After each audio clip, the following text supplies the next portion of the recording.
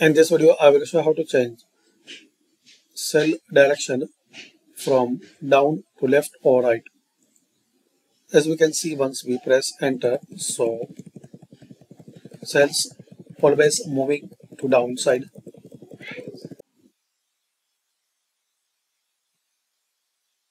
If you want to change moving direction, file, options, advanced, and here is the option after pressing enter, move selection. You can select right, up or left. Then click on OK. Now press enter. So we can like this move direction to right side.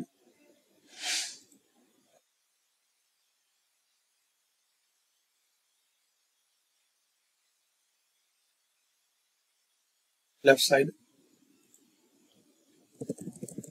and press enter.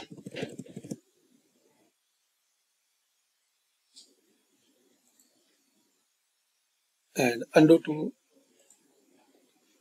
setting, select down. This is the setting for default.